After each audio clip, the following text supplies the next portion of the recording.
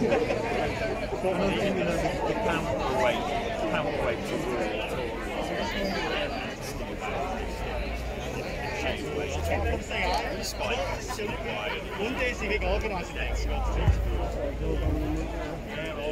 everyone, welcome, thanks for coming.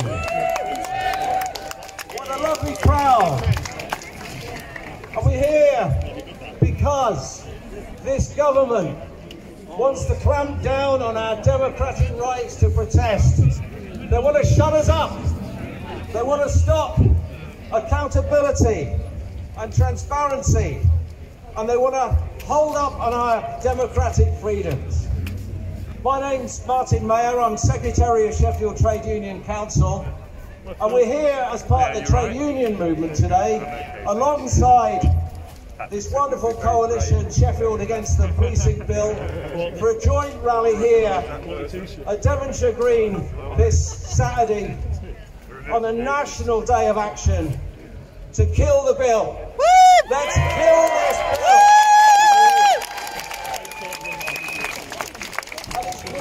Like this, when we all come together and speak with one voice, that's going to make a real difference. So I just want to say, today is also International Workers' Day, MayDay. So Sheffield Council, thank you very much. We're here for two reasons: to kill the bill and also to celebrate the history of the trade union movement and to fight for the working class and a fair share of the wealth of our society. So what we'll be doing is having a rally here on Kill the Bill. Then we're going to have a march straight down the road to Barker's Pool, where we'll have our MayDay rally with speakers. And I hope you'll all join us for that, because this is a joint effort by the trade union movement and the movement for democracy, the movement for freedom, the movement to kill the bill.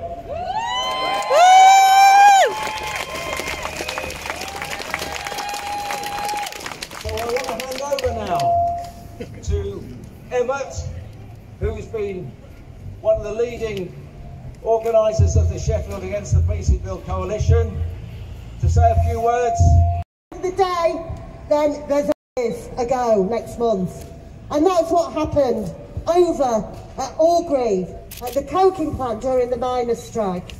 There has never been accountability for what was basically a police riot, and if there's one message you can give to people about this new policing bill, it's that it's simply legislation that is not needed.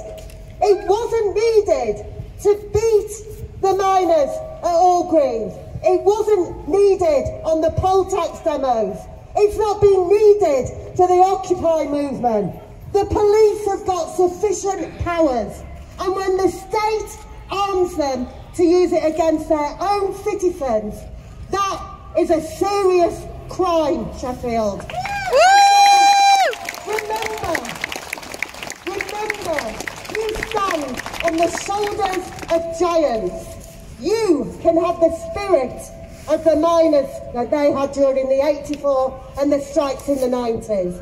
You can be part of that movement. They ain't going to know what has hit them. So every time there's a protest, every time you have a conversation with somebody who doesn't know about this bill, you make sure they know what happened in the past and that it could be them next. To beat this draconian legislation that is not needed, enjoy the march, enjoy the rest of the rally, and solidarity. Thanks, Chris. Yeah, it really shows, you know, this is nothing new. Our Sheffield Against the Policing Bill movement has come about over the last 2 months or so, but, you know, we're, like Chris said, we are really standing on the shoulders of giants, and we're following in a really proud history of this movement. So yeah, next I'd like to welcome up Cy from XR, from Extinction Rebellion Sheffield.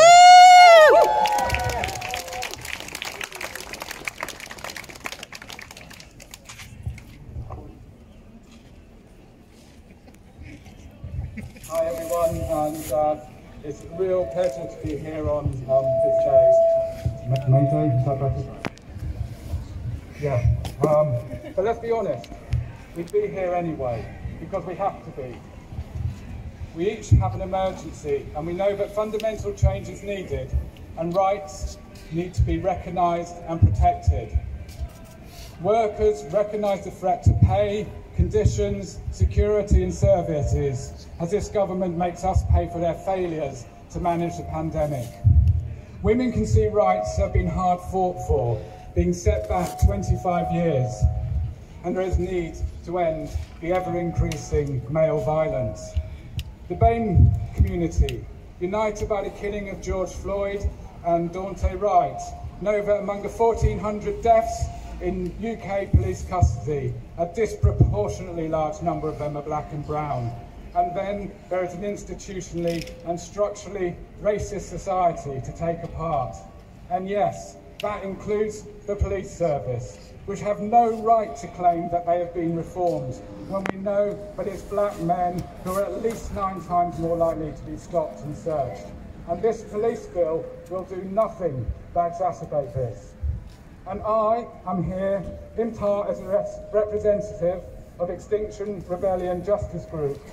So in my part, the emergency is the existential threat to humanity of the climate and ecological crisis, something that itself has impact far more severely on the lives of already exploited peoples right now throughout the global south. But we're not here for our individual emergencies, we're here for all of our emergencies. And the police and courts and sentencing bill has brought us all together, spontaneously and with rage, during the midst of lockdown, so there's something that will be welcomed in that. And for every person here knows that it's only through grassroots activism and protests on the streets that those with power, those who control what we can and can't do, those who extract vast riches from our lives, will ever be forced to listen. And I'm minded by the message which the former slave and abolitionist Frederick Douglass said: power concedes nothing without a demand. And only through protests on the streets with civil disobedience can those demands be made to ring in the ears of the rich and powerful. But we also know that our right to protest was never really a right. It is something that we have fought for. And on many occasions, we have met fierce resistance from the police and from the state, who will do pretty much whatever is needed to let us know just exactly the limit of that right. So in Bristol a few weeks ago, people were gassed, struck to the ground, broken bones, destroying property, and yet the police had the audacity to claim it's them that were suffering, a lie that didn't even make the week. When we confronted their violence with our resolute non-violence, our complicit media were no longer interested in the story. Yet on the streets, with non-violent direct action and mass civil disobedience, we can tell a very different story to the one that the media pump out. We can tell the stories of communities uniting to address their problems. We can expose the lies and hypocrisy of the elite who tell us there is no such thing as society. We can reimagine a world where women are safe, where migrants are welcome, where we learn from one another and the voices of black and brown people are both heard and valued. Woo! And we can openly challenge this system that places profit and greed above all else and extracts resources from the planet and from the life out of people. So we need our streets, we will protest, but let's not pretend this bill won't make it harder. It will. When exiles sprung onto the streets in London in April and October of 2019 and could be pushed aside for 2 glorious weeks, that rang alarm bells. When Black Lives Matter took to the streets in large numbers last year and said loud and clear that no longer would institutional racism be tolerated, that rang alarm bells. When thousands of women took to Clapham Common to mourn the killing of Sarah Everard, that rang alarm bells. Our actions on the streets brought moments of real change. Business leaders started to ask, how do they decolonise their boardrooms? Fossil fuel companies realised that open climate denial would no longer work. For a moment, there was the opportunity to begin the conversations that we have been demanding for decades. That really rang alarm bells. So we're on the streets to hold those in power to account. But this vicious government does not wish to be held to account. So we need to be here, standing together, strong in powerful opposition like we are this afternoon. And let this bill be a moment where we can begin to address each of our issues together. Just to finish, as a white man in an environmental group, it is not promising. We have made big mistakes with respect to our privilege, not least our failure to understand the role of policing and the institutionally racist nature of it, where flowers were offered and songs were sang that harmed large numbers of black people. But I'm detecting that there's a realisation within Extinction Rebellion that it's not acting alone that will solve the climate and ecological emergency, and that we come in solidarity with other struggles to listen as well as be noticed. The dots between the economic system that was weaned on the transatlantic slave trade, grew up with colonialism, and has matured with neo-colonial fossil fuel consumption, is responsible for suffering of billions of people, as well as pushing the planet to the edge. So this summer of activity will bring us together at such an important moment in the history of humanity. A decade that will literally shape the future for millennia. For despite the puffed up pomposity of the world's leaders who will soon meet at the G7 and the COP, they have made it impossible to prevent the temperature rise of at least 1.5 degrees that will occur in the next 10 years. But we need to stop them throwing the people of Africa, of Asia, Latin America, the Pacific Islands under the bus of this rampant economic system. We have so much to win and so little time left to do it. So on this May Day bank holiday, it's so good to come to fight for the streets, our streets. Whose streets? Our streets! Whose streets? Our streets! All right, thanks, Si. The abolitionist that Si quoted there, Frederick Douglass, was a very early feminist and part of the early movement for women's rights in the US. And he had to be very brave to do that, because people just thought it was ridiculous. People didn't see the link between the abolitionist movement and the women's rights movement. And that's why we all have to stand up here and be brave today and stand in solidarity and work together across movements because of that and because of the precedent that people like that set. Thanks, Si.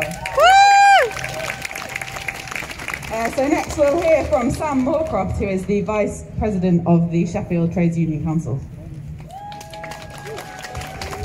Hi everyone, my name's Sam Moorcroft, I'm Vice President of Sheffield TEC, and it's a huge privilege to be able to say to you all today, Happy International Workers' Day! Today is a day where we celebrate class struggle around the world and we remind ourselves what we're fighting for. We're fighting for a world where every day is International Workers' Day! But what should be a day of celebration is not a happy day, comrades, because in the trade union movement we have a problem. This policing bill seeks to further restrict our right to organise, our right to protest, our right to mobilise, our right to defend our communities and our working conditions. And it's not a new thing. We've seen years upon years, decades even, of restricting of the right of workers to organise, to campaign, to march and to strike back against the bosses. In this country, you have to give your employer 2 weeks' notice before you go on strike. You have to pass a threshold barrier when you have a ballot for industrial action. You're only allowed 6 people on a picket line. All of these laws are designed to restrict our ability to fight back. We are fighting in the trade union movement at the moment with one hand tied behind our back because of this anti-union, anti-protest legislation.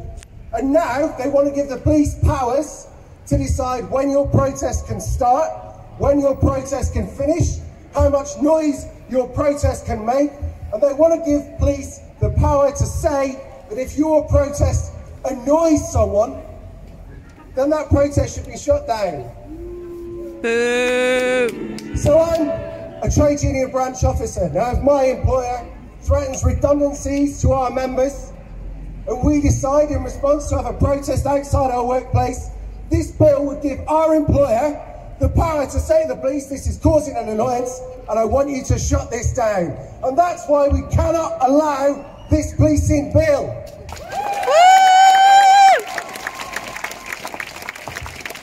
And there's a reason that they are restricting our right to protest, organise and mobilise, because they know the anger that exists against this government and against this system. After 10 years of austerity, after job losses, the rise of 0-hour contracts, if that wasn't bad enough, in the last year, workers have been made to work in unsafe workplaces without proper PPE. Workers' lives have been put at risk.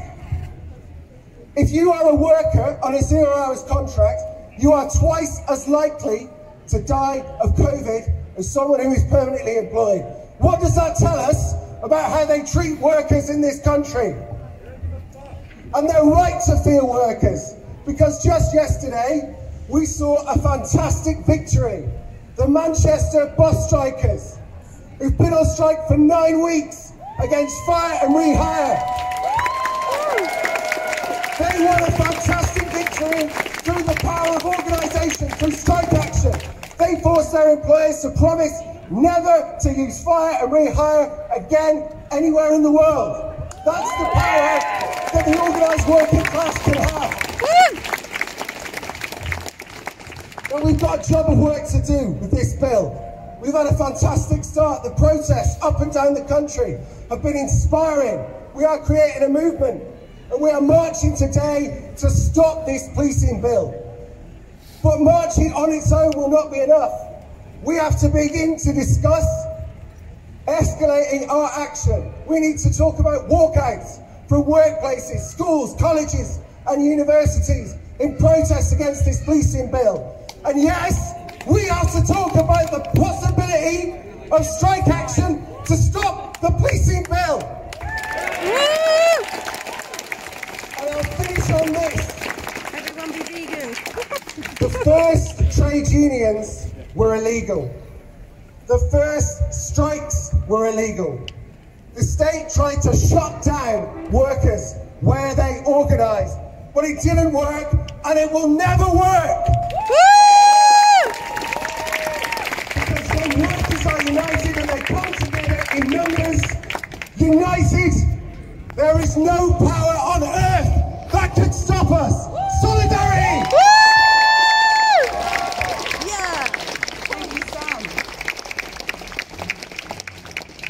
We've got 3 more speakers for you before we're going to head off down to Barker's Pool. So I'd like to invite Moss, who is with the student rent strikers, to come and speak. Hello. I'm going to start off with a bit of a confession and say I am not living in university accommodation, but the people who would have been able to speak today about that are currently occupying the Arts Tower and the Cantor building of their university. Since January, 103 students at the University of Sheffield and over 300 at Sheffield Hallam have not paid their rent, and we're on track for even more people to not pay their rent and stay on strike for the May 5th payment. Students throughout this pandemic have been treated abysmally. They have been denied access to mental health services that are supposedly supplied in plentiful quantities to students. There has been no access to facilities that we have paid thousands and thousands of pounds to be able to access. And so many students, especially first years, have been paying £6,000 or even more for rooms that they're not even allowed to be living in. Rent strikers are demanding 30% off for all students, a no penalty early release, and a full refund for all students for the most recent lockdown, as well as asking the university to just acknowledge the insufficient support that is being provided over this pandemic. So, since last Friday, occupiers have been in the Arts Tower and the Cantor building. I can't speak for the experience in the Cantor building, but I am aware that in the Arts Tower, it's been getting more and more hostile. The temperature is slowly dropping every day in there. In the sleeping area, it's getting as low as 10 degrees. They're being woken up at about 6:30 in the morning by the security, and Their kettle and microwave have been confiscated. They've got no access to hot water anymore. And it just seems like the university, instead of trying to reason with us and trying to negotiate and reach a conclusion that is fair and equitable for everyone, are trying to silence dissent. But the pressure is mounting, and the Vice-Chancellor the other day agreed to meet with the rent strikers at the University of Sheffield. But soon after that, when rent strikers said they were only willing to meet if there would be at least some possibility of being able to discuss the demands, the VC decided to back out.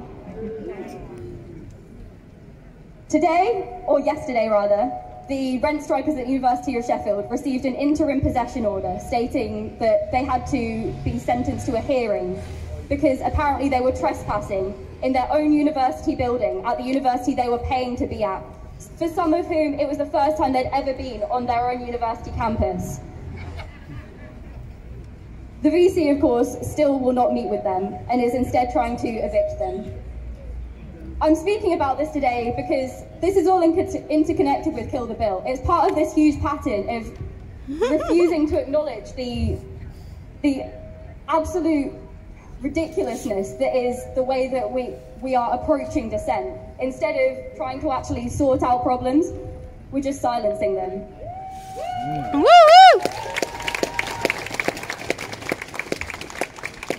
The rent strikers are not just going to let this slide. When the IPO comes in, they will have to leave, but that's not the end of it. We're still pushing really, really hard for as many people as possible living in university accommodation to cancel their direct debit on May the 5th. Make sure that you sign the Google form and don't let the university get away with this. Thank you much. Alright, is everyone getting cold now? Need some sergeants or something. Okay, second to last, we're going to hear from Patrick, who is with Youth Strike for Climate. Hi, thank you everyone for coming. It's so beautiful to see so many people out here standing in solidarity on International Workers' Day. I just want to say, before I speak, that what I'm going to say is not the official position of Youth Strike for Climate. These are just my ideas and thoughts. I believe capitalism is killing the planet.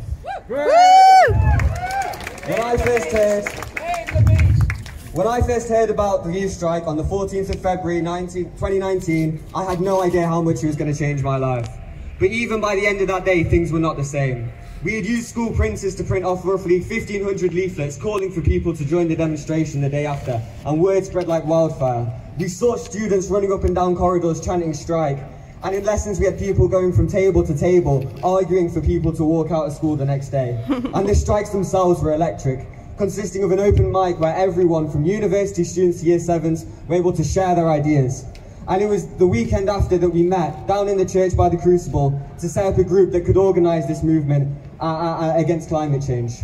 For that year we organised protests every month, culminating in the 20th of September, where we built a coalition with the trade union movement and climate change movement, and we organised a protest of 5,000 people fighting for two causes: climate justice and workers' rights. For many years, the fight against climate change and the workers' movement have been seen as two separate things. We can so no longer afford to be so naive. Both climate activists and workers share a common enemy. It is the same bosses who pollute our rivers, who lobby governments to push anti-trade union laws. It is the same police who right now are attacking HS2 rebels and indigenous communities in America, who break up strikes with violence and attack protesters. Climate change is not the fault of everyday people like you and me, as the millionaires would have us believe. It is the result of companies. In fact, only 100 companies are responsible for 70% of emissions in the last 50 years. Capitalism is a system that creates extreme wealth, but at the same time extreme inequality. For some, it gives mountains of cash, private jets and mansions, while for others it leaves extreme poverty and starvation. It is a system that can allow just 8 men to own more wealth than the bottom half of society. Capitalism is a system of mass exploitation. It is through both the theft of workers' labour and the planet's resources, no matter the sociological or ecological repercussions, that the system accumulates its wealth. The competition element of the system, where capitalists try to outcompete each other, results in chaos. This shows itself, for example, when every day we produce enough food to feed 1.5 times the world population, and yet this year, 821 million people will not have the food they need to live a healthy lifestyle. This year, 9 million of those people will die. There is one word for that kind of system, and it's barbaric, it's immoral, and we have to destroy it.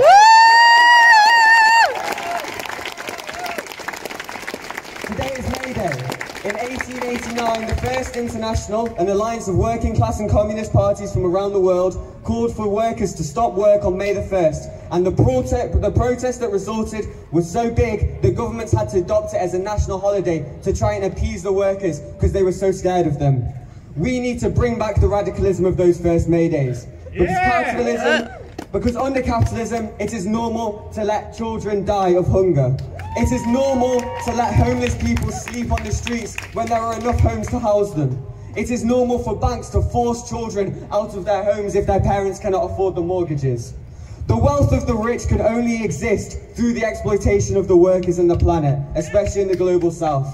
In a world where people are starving, when 8 people own more than half of the world, it is necessary to be radical, it is necessary to be revolutionary.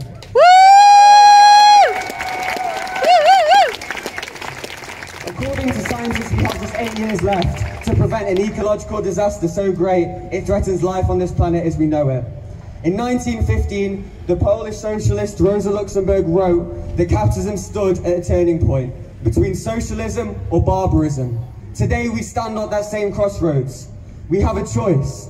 We can either stand back and watch as capitalism destroys the planet, or we can stand up and fight for socialism. I know which one I'm going to choose. And we need to start today to build an international working class movement capable of challenging capitalism. And today is about solidarity. There's so many ideas here. There's so many beautiful people here. And you know, I'm so happy to stand in solidarity with all of you, regardless of our disagreements. We're stronger when we're united, and that's how we need to be. And it is through fighting for the liberation of the working class. We must also fight for the liberation of all oppressed people. We must be united against racism, against sexism, against homophobia, transphobia, and every other form of division within us, because we need to unite against the common enemy. We need to educate others, we need to organise, we need to resist. Workers and students of the world, unite! And disabled people that can't work. Everyone unite. Yay! So last but by very no means least, we're going to hear from Yaz, who is one of the founders of the Take the Knee group. Thanks.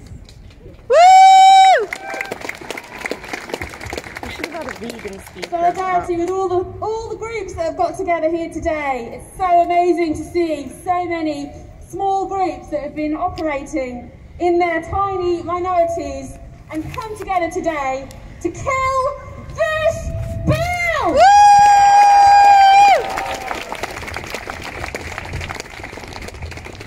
In London, a Metropolitan Police officer beat a 17-year-old black girl with special needs 34 times with just a baton. He was only just sacked. That was in 2019. Do we want to give them more power? No! We need to kill this bill. We need to be in solidarity with all oppressed minorities. This is what our future is going to look like if Priti Patel and Boris Johnson get their way. Woo! Not in my name, Priti Patel. Woo!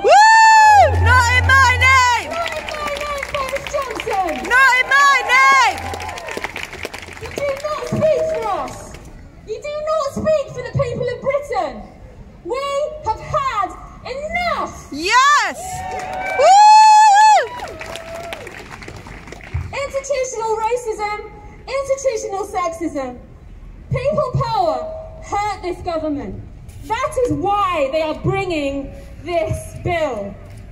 The BLM, the universal, massive uproar of the people hurt this government. XR hurt this government. They stopped tabloids from printing their crap. Yes! It's not like that. Woo, woo, woo! So now they're trying to silence all of us. They cannot do that. So I'm going to ask everyone, just for 1 minute, to take the knee with me in solidarity.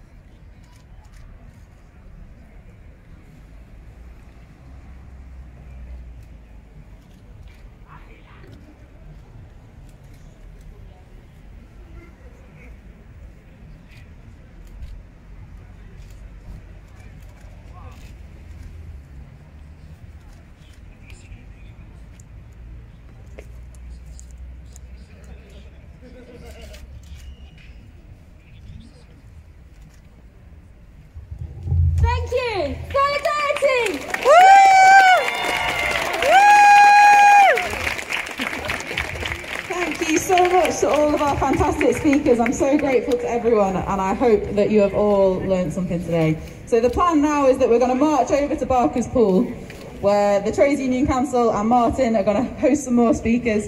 And at 2:30 we're going to set off around the city on a march with anyone who wants to join us with the Kill the Bill. Woo! I also want to ask for your help, because we've got loads of leaflets printed off about the policing bill and about the Kill the Bill movement, because there's thousands of people in our city and hundreds of thousands across the country who haven't heard of what we're doing here today, and they have no idea. And it's our job to change that. So if you're able to help us by handing out leaflets to people on the street and grow this protest as we move, please come up here onto the grass and we'll give you some leaflets to take with you and you can pass them out to people on the street. So we're going to be following an orange vest somewhere.